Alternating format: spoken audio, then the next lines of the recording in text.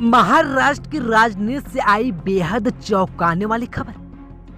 आपको बता दें कि देश में आगामी आम चुनाव के लिए कुछ ही महीनों का समय शेष है।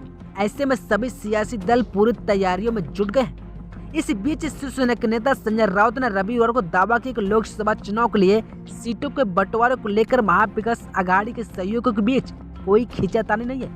उन्होंने यह भी कहा कि उद्धव ठाकरे के नेतृत्व वाली पार्टी और केंद्र और महाराष्ट्र में कांग्रेस के नेताओं के बीच अच्छी समझ है। राउत ने कुछ दिन पहले कहा था कि उनकी पार्टी शिवसेना महाराष्ट्र की 48 लोकसभा सीटों में से 23 पर चुनाव लड़ेगी। इसके बाद कांग्रेस में नाराजगी पैदा हो गई थी। अब उन्होंने कहा है कि उम्मीदवार को चयन में जीतने की क्षमता ही मानदंड होगा। उन्होंने कहा महाविकास आघाड़ी के घटक दलों के बीच सीटों के बंटवारे को लेकर कोई खींचातानी नहीं है। हम और दिल्ली के साथ साथ महाराष्ट्र में कांग्रेस के नेताओं के बीच अच्छी समझ है। गठबंधन को लेकर कुछ नेताओं द्वारा की गई टिप्पणियों पर ध्यान न दें। उन्होंने कहा हम अपनी सीटों की सूची के साथ तैयार हैं और उन उम्मीदवारों को टिकट दिया जाएगा जो चुनाव जीतने में सक्षम होंगे। एनडीए में शिवसेना, राष्ट्रवादी कांग्रेस पार्टी, अजित पवार गुट और कांग्रेस शामिल है।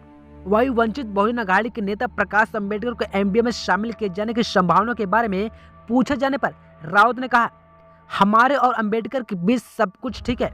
वह एक अच्छे वक्ता है और भाजपा के खिलाफ अपने विचारों को स्पष्ट रूप से व्यक्त करते हैं।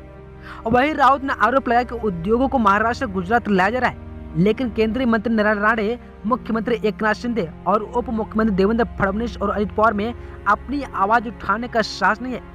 राम मंदिर के प्राण प्रतिष्ठा समारोह से कुछ दिन पहले अयोध्या में विभिन्न परियोजनाओं की शुरुआत पर राउत ने तंज कसते हुए कहा कि पीएमओ अब अयोध्या से काम करेगा।